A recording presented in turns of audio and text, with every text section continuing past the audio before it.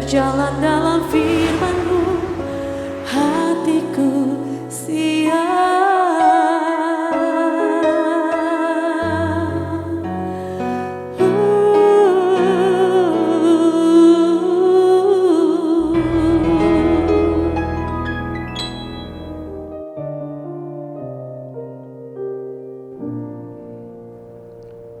Salam, God lover yang dikasihi oleh Tuhan Yesus. Apa kabar? Kiranya semua dalam keadaan sukacita, sehat, dan diberkati Tuhan tentunya. Saudara-saudara yang dikasihi Tuhan, apapun keadaan dan masalahmu saat ini, percayalah bahwa Tuhan tetap mengasihi dan ingin memberkatimu. Oleh sebab itu, mari kita responi apa yang dikatakan Tuhan Yesus Kristus. Marilah kepadaku semua yang letih lesu dan berbeban berat, aku akan memberi kelegaan kepadamu. Mari kita responi apa yang Tuhan Yesus katakan ini, karena kita percaya Dialah tempat bersandar, Dialah tempat bergantung, jawaban atas segala permasalahan hidup kita. Dan yang paling utama, Dia adalah Tuhan yang patut kita puji, patut kita sembah. Mari kita bersatu dalam doa. Bapa di surga, kami mengucap syukur karena anugerah-Mu sempurna dalam hidup kami. Engkau senantiasa ada, Engkau adalah jawaban terbaik. Engkau adalah tempat di mana kami boleh menggantungkan segala hidup kami, segala permasalahan kami.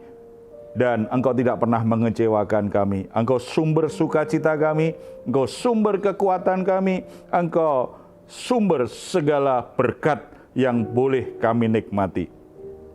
Saat ini kami menghampiri Engkau, kami membawa korban syukur kami, pujian penyembahan kami persembahkan kepadamu Bapa. Kiranya Engkau bersukacita, Engkau berkenan, dan nama-Mu dipuji dan dimuliakan. Ini kami Bapa, dalam nama Tuhan Yesus. Kami berdoa. Amin.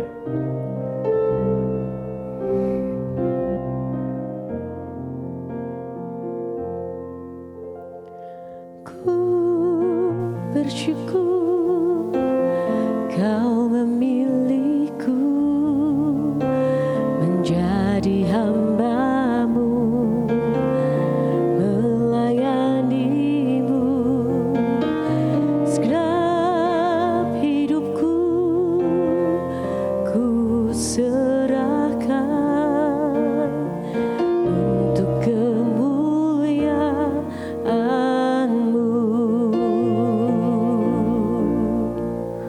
Ku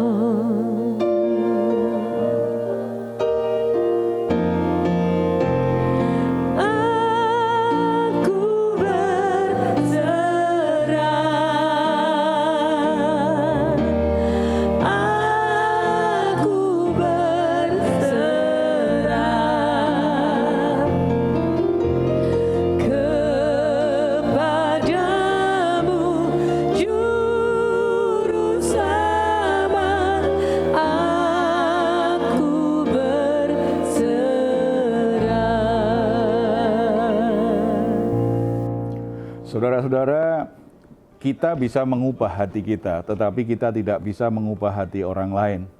Kita berharap seseorang itu baik terhadap kita, tetapi kita tidak bisa paksa orang jadi baik kepada kita. Kita berharap kalau kita berbuat salah, kita minta maaf, orang lain mengampuni kita. Tetapi kita tidak bisa paksa orang untuk mengampuni kita, karena kita tidak punya kuasa untuk mengubah hati orang lain. Hanya Tuhan yang sanggup untuk mengubah hati manusia. Oleh sebab itu, kalau bicara soal hati, kita harus selalu ingat, itu adalah kewenangan Tuhan untuk bekerja dan merubahnya. Ada satu pertanyaan yang akan kita bahas hari ini lewat renungan kita. Pertanyaan itu saya bacakan untuk saudara semua. Saya bersalah kepada saudara saya dan membuatnya sangat marah. Saya sudah minta maaf, tetapi kenapa ya dia tetap membenci saya? Kita berbuat salah, saudara ini berbuat salah kepada saudaranya dan orang itu tersinggung, orang itu marah. Lalu yang buat salah sebenarnya sudah baik kan, minta maaf.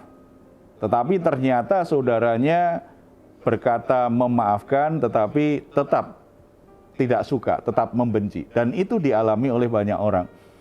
Sebenarnya sudah baik, minta maaf itu kan tanda bahwa dia menyesal. Tanda menyesal dan ingin memulihkan, memperbaiki sikapnya yang salah. Tetapi apakah orang yang minta maaf itu lantas dia bisa menuntut orang untuk memaafkannya dan bersikap yang manis, bersikap yang baik? Dia tidak punya hak dan dia tidak punya kuasa. Harus ingat bahwa orang itu menjadi lembut hati, jadi lebih baik hatinya itu pasti kalau Tuhan bekerja. Makanya kerusakan-kerusakan dalam relasi tidak cukup hanya kita selesaikan secara formal, saling minta maaf, saling memaafkan. Tetapi itu harus lahir dari hati. Kalau tidak, maka itu hanya sekedar sebuah ritual penyelesaian masalah, tetapi sebenarnya tidak lahir dari hati, tetap saja ada ganjalan di hati. Sudah saling memaafkan, dilihat banyak orang, bahkan mungkin ada yang motret, sudah berdamai, tetapi sebenarnya hatinya belum damai. Kalau orang belum berdamai sungguh-sungguh, hubungannya pasti tidak akan menjadi baik. Semuanya hanya sekedar basa-basi saja. Sebagai orang Kristen kita diajar tidak seperti itu. Tuhan ingin kita semua berdamai itu menjadi sebuah kerinduan, menjadi sebuah kesungguhan hati karena kita ingin memperbaiki semua kerusakan. Di Alkitab ada satu contoh bagaimana kerusakan hubungan antara Yakub dan Laban. Di Kejadian pasal 31 ayat 22 sampai 55 kita lihat kisah bagaimana Laban ini marah besar kepada Yakub karena Yakub membawa istri dan anak-anaknya meninggalkan Laban. Padahal Yakub ini ada tanggung jawab pekerjaan terhadap Laban dan dua istri Yakub adalah anaknya Laban. Karena membawa mereka pergi diam-diam membuat Laban menjadi murka, menjadi sangat marah, bahkan akhirnya Laban mengejar dan ingin membunuh Yakub. Tetapi kita tahu hati orang itu kalau Tuhan bekerja, kondisi apapun, semarah apapun, sejahat apapun, pasti bisa berubah. Karena ternyata setelah itu tidak terjadi itu. Laban tidak jadi membunuh Yakub karena Tuhan berperkara menjamah hatinya Laban. Nah, bagaimana Tuhan mengubah hati Laban ya Pak, supaya berdamai dengan Yakub ini? Ada dua hal yang Tuhan kerjakan kalau kita lihat di perikop yang kita baca ini ya. Yang pertama, Tuhan itu bicara kepada Laban. Kalau kita baca di ayat yang ke-24, kita baca dua-dua saja mulai dari dua-dua supaya jelas ya. Ketika pada hari ketiga dikabarkan kepada Laban bahwa Yakub telah lari, dibawanyalah sanak saudaranya bersama-sama. dikejarnya Yakub 7 hari perjalanan jauhnya, lalu ia dapat menyusulnya di pegunungan Gilead. Pada waktu malam datanglah Allah dalam suatu mimpi kepada Laban, orang Aram itu, serta berfirman kepadanya, jagalah baik-baik, supaya engkau jangan mengatai Yakub dengan sepatah kata pun. Luar biasa sekali. Laban membawa sanak keluarganya mengejar Yakub yang lari. Dengan maksud pasti dengan kemarahan. Ingin membalas dendam, ingin lakukan sesuatu yang jahat karena dia anggap Yakub ini sudah mengkhianati dia. Tetapi dalam perjalanan Tuhan ternyata berkata dalam mimpi kepada Laban, jaga baik-baik ya, jangan mengata-ngatai, jangan berkata kasar, jangan berkata yang kotor, jangan berkata yang membuat Yakub ini akhirnya juga nanti bereaksi, sehingga kalian nanti bisa bertengkar, kalian nanti bisa ribut. Ini luar biasa. Tuhan menyampaikan pesan lewat mimpi. Ini yang membuat Laban akhirnya tidak jadi membunuh Yakub. Tuhan bisa menjamah hati Laban, orang yang penuh kemarahan, orang yang ingin melampiaskan kemarahannya kepada Yakub, berubah karena Tuhan sudah berperkara dulu kepada Laban. Jadi saudara-saudara, kalau kita alami situasi mirip seperti itu ya, kita sudah minta maaf bahkan, seperti saudara yang bertanya tadi, tetapi ternyata saudara kita yang tetap marah, tidak mau mengampuni kita, tetap percaya Tuhan itu bisa berperkara dalam pribadi orang-orang yang marah dengan kita. Orang-orang yang mau melakukan sesuatu yang buruk dengan kita.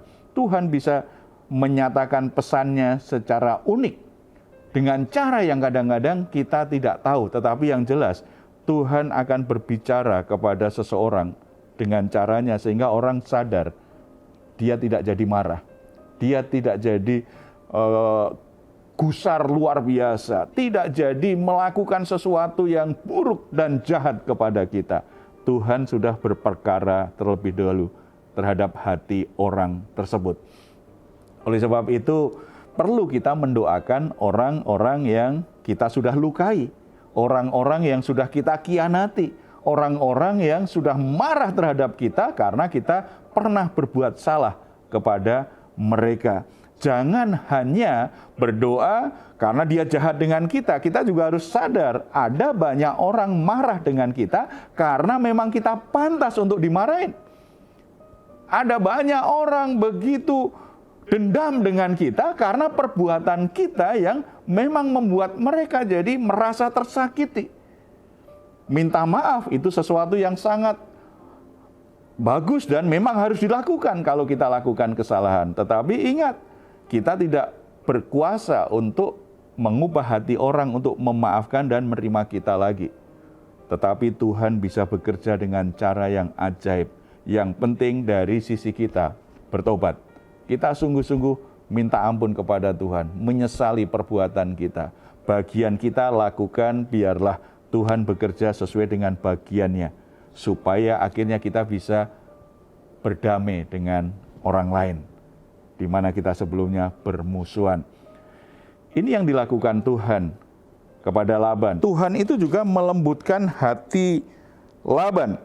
Ketika mereka sudah sampai pada rombongan Yakub, Laban sempat marah tuh dengan Yakub. Kalau kita baca di ayat 26. Berkatalah Laban kepada Yakub, apakah yang kau perbuat ini? Maka engkau mengakali aku dan mengangkut anak-anak perempuan sebagai orang tawanan. Mengapa engkau lari diam-diam dan mengakali aku? Mengapa engkau tidak memberitahu kepadaku, supaya aku menghantarkan engkau dengan sukacita dan nyanyian dengan rebana dan kecapi? Lagi pula engkau tidak memberikan aku kesempatan untuk mencium cucu-cucuku laki-laki dan anak-anakku perempuan. Memang bodoh perbuatanmu itu. Aku ini berkuasa untuk membuat jahat kepadamu. Tetapi Allah ayahmu telah berfirman kepadaku tadi malam, jagalah baik-baik, jangan engkau mengatai Yakub dengan sepatah kata pun. Maka sekarang kalau memang engkau harus pergi, semata-mata karena sangat rindu ke rumah ayahmu, mengapa engkau mencuri dewa-dewaku? Perkataan Laban ini kan perkataan yang lembut. Padahal dia bermaksud mengejar Yakub untuk melakukan sesuatu yang jahat seperti yang dia katakan. Aku bisa lakukan sesuatu yang jahat karena kau sudah membawa lari anak-anak perempuanku, membawa lari cucu-cucuku. Engkau tidak ada niat baik, diam-diam pergi. Ada kemarahan yang luar biasa, tetapi karena Tuhan bekerja sebelumnya, Laban ini akhirnya mendengar dan hatinya menjadi lembut. Kita lihat perkataannya bukan perkataan orang yang dipenuhi kemarahan lagi. Dalam perjalanan ternyata Tuhan sudah bekerja tuh. Padahal belum sempat ketemu, Tuhan sudah menjamah hati Laban, melembutkan hati Laban. Begitu ketemu dengan Yakub dan rombongan, kata-katanya kata-kata yang biasa saja. Kalau toh dia berkata, kamu ini kok bodoh, itu bukan karena kemarahan. Artinya dia sedang menegaskan perbuatanmu itu bodoh, pantas untuk dimarahi. Pantas aku marah kepadamu. Tetapi yang dia lakukan tidak. Bahkan akhirnya bukan soal larinya ini yang dipermasalahkan Laban nih. Dia mulai tanya, kenapa engkau bawa dewaku? Maksudnya sebenarnya sebuah benda yang namanya terafim yang dicuri oleh Rahel, anaknya Laban sendiri, dibawa pergi. Yakub yang tidak tahu bahwa Rahel sudah mencuri terafimnya ayahnya, dia dengan ringan berkata, ya kalau begitu sudah kamu geledah saja, kami tidak membawanya, karena dia tidak tahu. Rahel menduduki terafim itu dan berkata dia sedang datang bulan, makanya tidak bisa berdiri. Bukan lagi masalah Yakub lari yang jadi masalah terafim. Ternyata Laban akhirnya lebih mengarah ke situ. Tetapi yang terjadi justru Yakub yang panas hati. Kalau kita baca di ayat 36, lalu hati Yakub panas dan ia bertengkar dengan Laban. Ia berkata kepada Laban, apakah kesalahanku? Apakah dosaku? Maka engkau memburu aku sehebat itu. Engkau telah menggeledah segala barangku. Sekarang apakah yang kau temui dari segala barang rumahmu? Letakkanlah di sini di depan saudara-saudaraku dan saudara-saudaramu, supaya mereka mengadili antara kita berdua. Ini karena Yakub tidak tahu bahwa istrinya yang mencuri apa yang dicari oleh Laban tersebut. Tetapi inilah karena Tuhan sudah melembutkan hati Laban, maka pertengkaran tidak terjadi. Laban tetap tidak marah itu dengan reaksi panas hatinya Yakub. Ini kan indah sekali kan? Kalau Tuhan sudah berperkara dalam masalah konflik yang kita atasi, bahkan ketika kita salah dan kita ingin menyelesaikan, kita sendiri yang tergoda untuk panas hati, Tuhan tetap meredakan. Tuhan tidak membiarkan konflik itu berlarut-larut, akhirnya berubah menjadi sesuatu yang sangat jahat. Bahkan kemudian kalau kita baca ayat 43, Laban menawarkan perjanjian. Artinya selesai nih masalahnya. Lalu Laban menjawab Yakub, perempuan-perempuan ini anakku dan anak-anak lelaki ini cucuku dan ternak ini ternakku, bahkan segala yang kau lihat di sini adalah milikku. Jadi apakah yang dapat ku perbuat sekarang kepada anak-anakku ini atau kepada anak-anak yang dilahirkan mereka? 44, maka sekarang marilah kita mengikat perjanjian, aku dan engkau, supaya itu menjadi kesaksian antara aku dan engkau. Luar biasa Tuhan bekerja. Dalam situasi yang seharusnya Yakub di posisi orang yang bersalah. Seharusnya Yakub itu memang pantas mendapatkan reaksi yang panas, yang marah oleh Laban. Tetapi karena Tuhan sudah menyatakan firman-Nya, Tuhan melembutkan hati Laban, maka Laban bisa meredakan kemarahannya, bahkan ketika Yakub justru panas hati bereaksi terhadap apa yang dilakukan Laban dan sanak keluarganya, Laban tetap tidak bereaksi penuh dengan kemarahan dan mengucapkan kata-kata yang jahat, kata-kata yang kasar, kata-kata yang memancing pertengkaran dengan Yakub. Ujungnya perdamaian. Dia menawarkan perjanjian. Masalahnya selesai. Saudara-saudara yang dikasihi oleh Tuhan Yesus, ada kalanya kita ingin memperbaiki hubungan-hubungan yang rusak dengan saudara kita, dengan sahabat kita, karena kita sadar kita sudah berbuat salah. Dan kita menjadi sedih karena kita sudah minta maaf, kita mengakui kesalahan. Ternyata mereka tidak menanggapinya dengan baik. Mereka tetap mengucapkan kata-kata yang kasar, tetap marah dan tetap membenci kita. Itu pasti membuat kita sedih. Kalau itu terjadi, mari kita berdoa supaya Tuhan yang berperkara kepada saudara itu. Yang penting dari sisi kita jaga hati, bahwa kita sungguh-sungguh ingin berdamai. Biarkan Tuhan bekerja dengan caranya yang ajaib menjamah hati mereka. Atau kalau kita sudah buat salah tetapi kita tidak mau berdamai, jangan keraskan hati.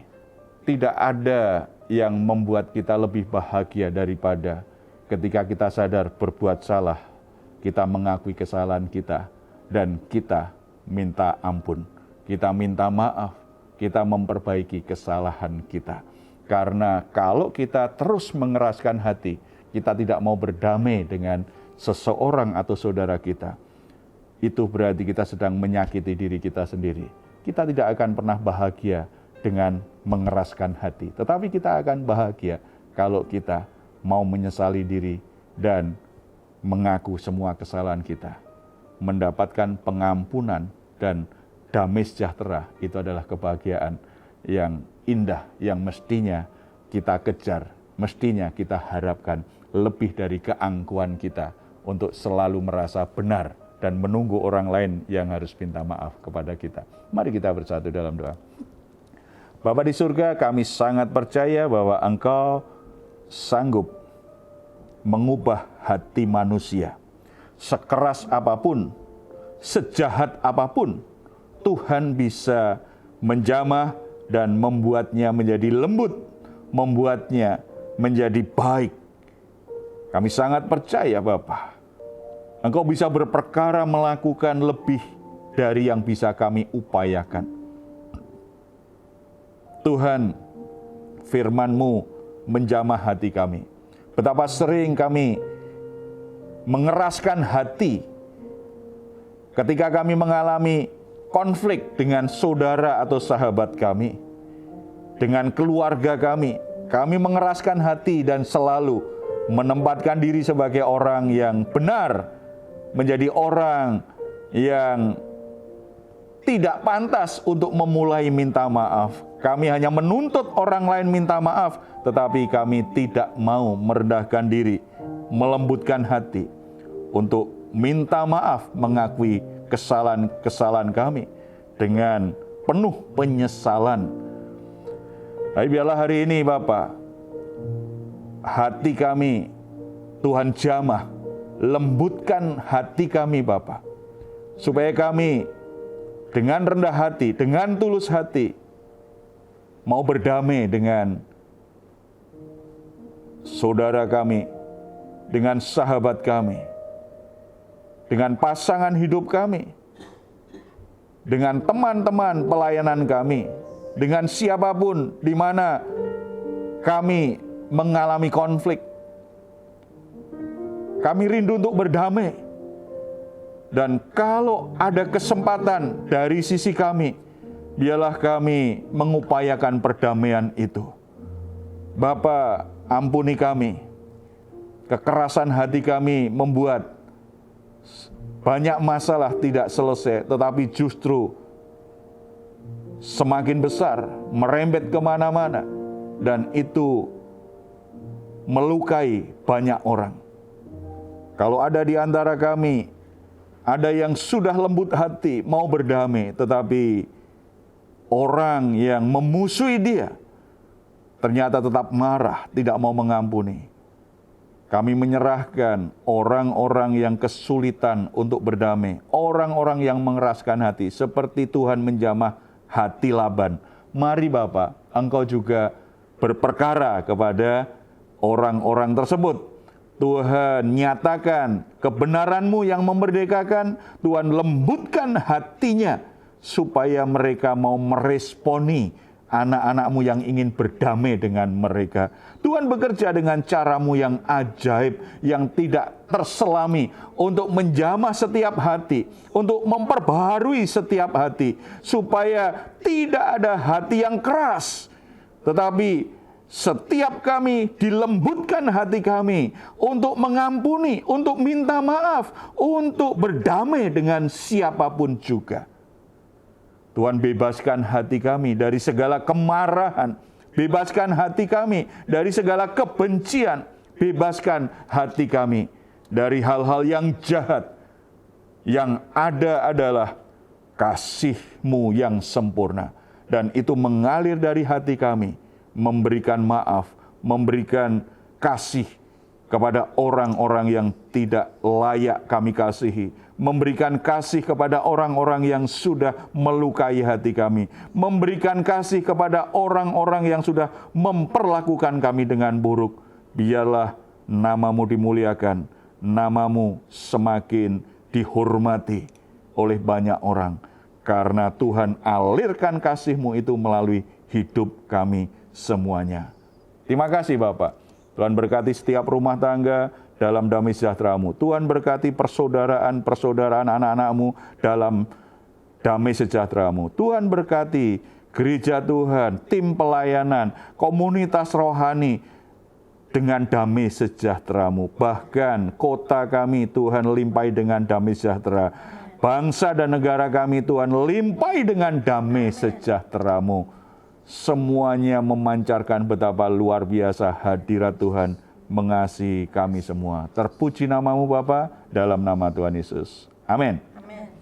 Puji Tuhan, saudara-saudara, tidak ada yang tidak bisa diubah oleh Tuhan. Bahkan hati yang paling keras sekalipun, ketika Tuhan jamah menjadi lembut, sehingga kasih dan damai sejahtera memenuhi hatinya. Kalau saat ini saudara sedang mengalami pergumulan, situasi yang begitu sulit saudara hadapi dalam rumah tangga, dalam pekerjaan, atau saudara sedang sakit, saudara membutuhkan dukungan doa, silahkan untuk menghubungi nomor telepon yang tertera di layar saudara. Tim doa kami akan mendukung saudara dalam doa. Kami senantiasa berharap berdoa kepada Tuhan supaya saudara semua selalu diberkati oleh Tuhan. Puji Tuhan. Kalau saudara ingin memberikan komentar, silahkan menuliskannya di ruang komentar yang ada di channel Diaspora TV. Kami tunggu. Mazmur 4 ayat 8-9. Engkau telah memberikan sukacita kepadaku lebih banyak daripada mereka ketika mereka kelimpahan gandum dan anggur. Dengan tentram aku mau membaringkan diri lalu segera tidur. Sebab hanya Engkaulah ya Tuhan yang membiarkan aku diam dengan aman. Puji Tuhan, selamat malam. Selamat beristirahat. Tuhan Yesus memberkati kita semuanya. Shalom.